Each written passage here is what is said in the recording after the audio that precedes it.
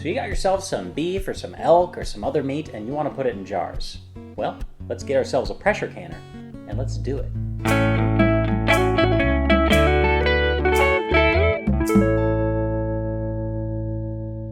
Alright, so if you've never used a pressure canner before and you have a weighted gauge pressure canner, I recommend checking out this video first. If you have a dial gauge pressure canner, check out this one first. We want you to be comfortable and understand the process before you start canning low acid things like meat. Today we're going to do stew meat. We're going to do both elk and beef. You can pressure can pretty much any cut of meat because the long cooking process is going to leave pretty much anything nice and tender. And a quick reminder, whenever you're canning meat or chicken or fish or anything that's low acid, then you really need to follow those recipes and follow those times exactly. Today we are going to be using a 20-quart weighted gauge pressure canner from Graniteware. So let's get the show on the road and we'll start canning some stew meat. First we're going to start by getting our pressure canner all set up. Make sure that all of its components are clean and that the vent pipe has no obstructions. And then we're going to put 3 quarts of water inside the canner. Remember, we are not submerging these jars underwater like we would if we were water bath canning. We just want a little bit of water underneath the jars. That's what's going to create the steam and pressurize the environment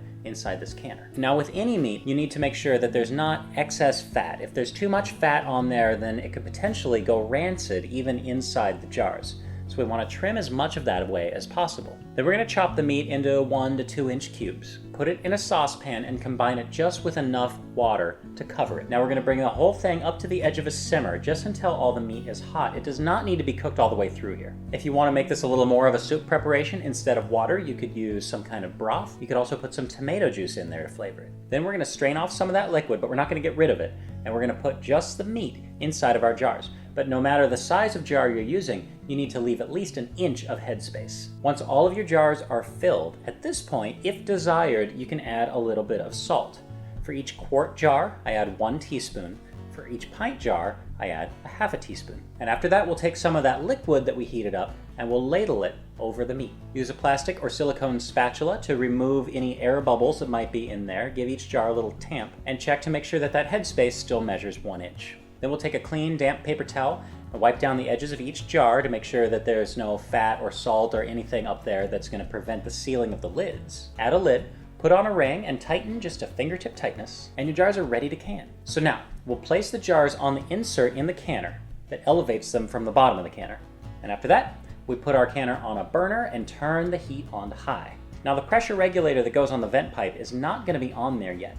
We need to heat up the inside of this canner until a steady stream of steam starts escaping out of the vent pipe in the middle. As soon as that stream of steam begins, set a timer for 10 minutes. What you're doing is exhausting all of the air out of the canner and replacing the entire environment with steam. After 10 minutes of that have passed, you can put your pressure regulator with 1 weight on it onto your vent pipe carefully. That regulator plus 1 weight is going to bring the inside of this canner up to 10 pounds per square inch pressure. Now after a few minutes, this regulator is going to start to rock. At first it may go really fast. Just be there and be ready to turn the heat way down. You may turn it down too low and it'll stop rocking entirely. Play with the heat just a little bit so that you get a consistent rocking pattern going. Not too fast and never stopping.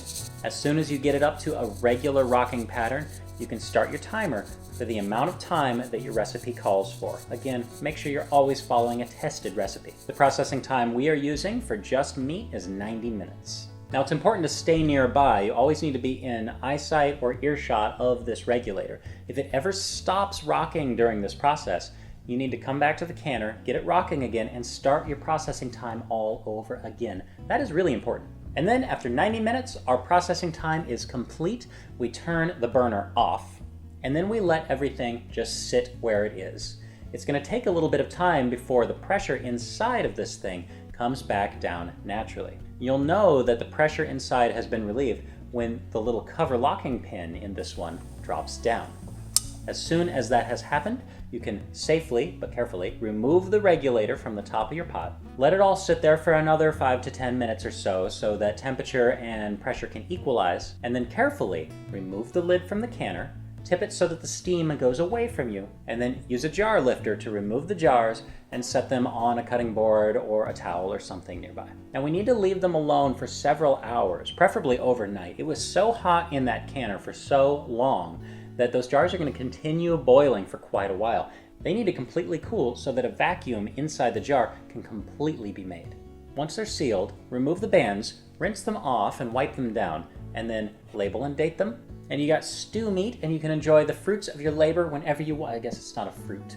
The meats of your labor whenever you want. Thank you so much for watching. That's it for now. Go check out more videos from Graniteware on how to can other things using this weighted gauge pressure canner. And go check out the Mason Jar Suite for more tips, tricks, and recipes about canning and food preservation. And here's to more. Happy canning.